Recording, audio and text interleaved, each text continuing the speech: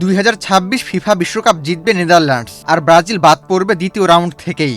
এমনই একটি ভবিষ্যৎবাণী করে আলোড়ন তুলেছে বিনিয়োগকারী প্রতিষ্ঠান প্যানমোর লিব্রাম।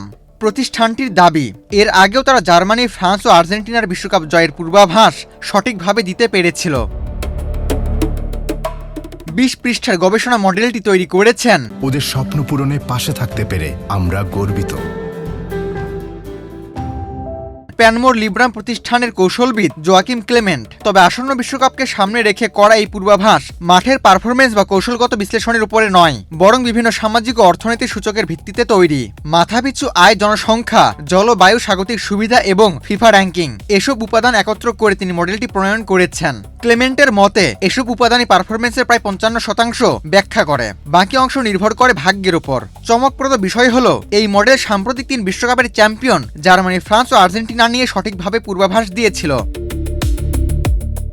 এই মডেল অনুযায়ী এবারের ফাইনাল হবে নেদারল্যান্ডস ও পর্তুগালের মধ্যে, যা বিশ্বকাপ ইতিহাসে এর আগে কখনো হয়নি। বর্তমান চ্যাম্পিয়ন আর্জেন্টিনার জন্যেও সুখবর নেই এই প্রেডিকশনে। গ্রুপ পর্বে শক্তিশালী অবস্থানে থাকলেও কোয়ার্টার ফাইনালে পর্তুগালের সাথে হেরে বিদায়ের পূর্বাভাস দেওয়া হয়েছে। তবে সবচেয়ে চমকপ্রদ ভবিষ্যৎবাণী করা হয়েছে ব্রাজিল নিয়ে।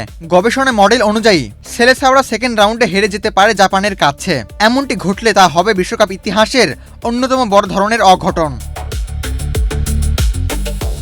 ফাইনালে ওঠার পথে নেদারল্যান্ডসকে মরক্কো, কানাডা, ফ্রান্স ও স্পেনের মতো দলকে হারাতে হবে বলে ধারণা করা হয়েছে। অন্যদিকে পর্তুগালের পথেও থাকবে ইংল্যান্ড ও আর্জেন্টিনার মতো কঠিন প্রতিপক্ষ।